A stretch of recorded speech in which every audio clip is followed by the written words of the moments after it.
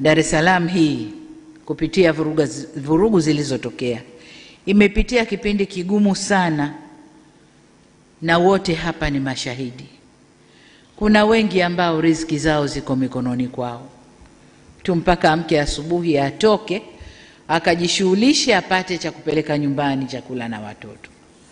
Vurugu zile zilifanya Dar es Salaam isimame. Wafanya biashara ndogo ndogo walisimama, wenye magenge walisimama, Kariakoo ilisimama, shughuli zetu zote zilisimama, na ilitulazimu tubaki ndani. Na kwa hadithi tunazozipata, bei za bidhaa zilipanda sana sana sana sana. Kwa hiyo machungu ya siku chache tuliyaona ndani ya Dar es Salaam, mbali na maeneo mengine yote nchini.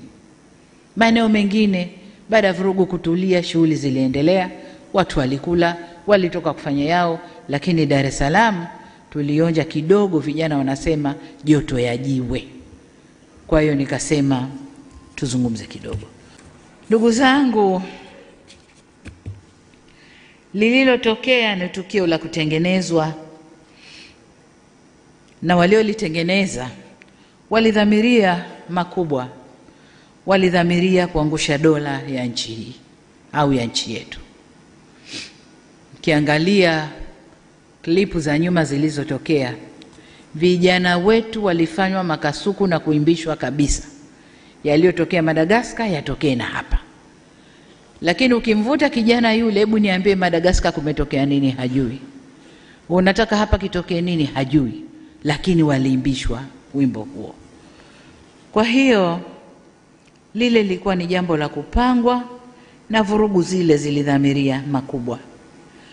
Vurugu zile ni mradi pana sana wenye nia kuu ya uovu ulio na wafadhili, washitiri na watekelezaji.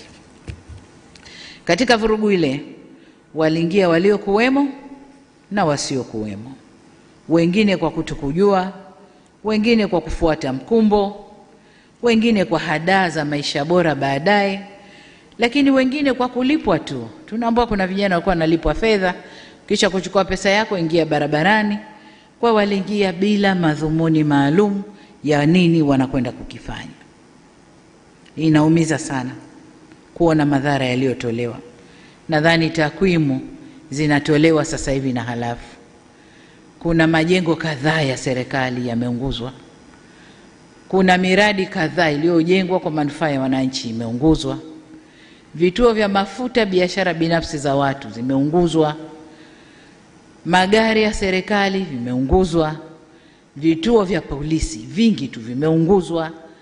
Sasa nataka tuwe na jina la hayo. Ni maandamano au ni vurugu?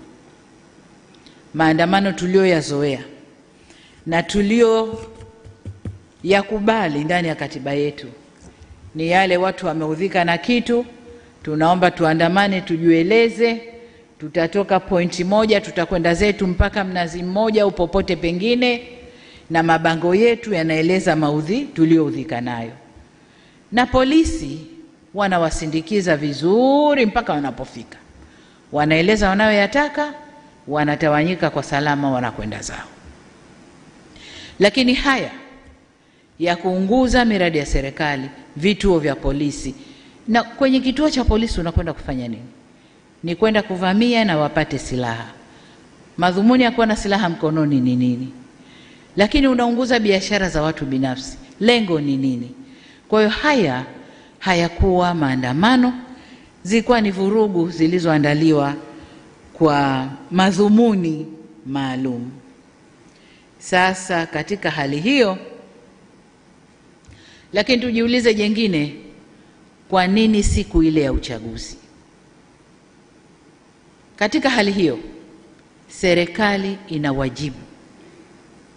Tunaapa kuilinda nchi hii na mipaka yake, kulinda usalama wa raia na mali zao. Na katika hali hiyo, nguvu inayotumika inaendana na tukio lililopo. Sasa tunapoambiwa kwamba tulitumia nguvu kubwa sana kwenye tukio lile. Nguvu ndogo ilikuwa ni ipi? Ilikuwa tuwaangalie waandamanaji waliojiandaa kufanya mapinduzi mpaka wafanikiwe? Hapo patakuwa pana dola kweli? Dola haiko hivyo, na hayapo Tanzania peke yake. Tulishashuhudia kwa wenzetu, waandamanaji wengi wanaingia njiani, na wakiingia njiani, serikali ikiona uandamanaji unakwenda pasipo, wanaweka nguvu kubwa. Wanaweka nguvu kubwa. Yameshafanyika kwenye mataifa huko na tumeyaona. Sasa wanaporudi kutulaumu mlitumia nguvu kubwa, wao walitaka nini? Tujiulize, je, hao ndio wafadhili wa kile kilichofanyika? Walitaka tuangalie ile mobu mpaka ifanikiwe walichowapa fedha, walichowatuma? Hapana.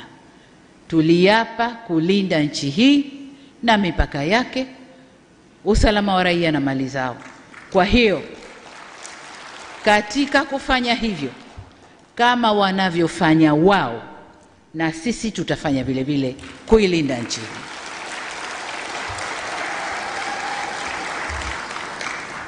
Kwa nini siku ya uchaguzi?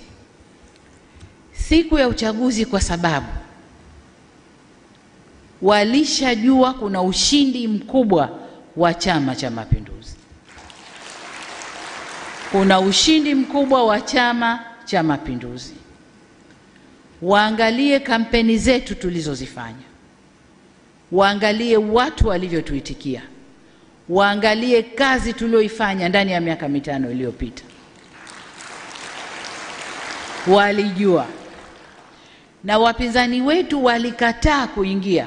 Hawakuzuiliwa na mtu, walikataa wenyewe kuingia kwa sababu walishajua wasingefanikiwa.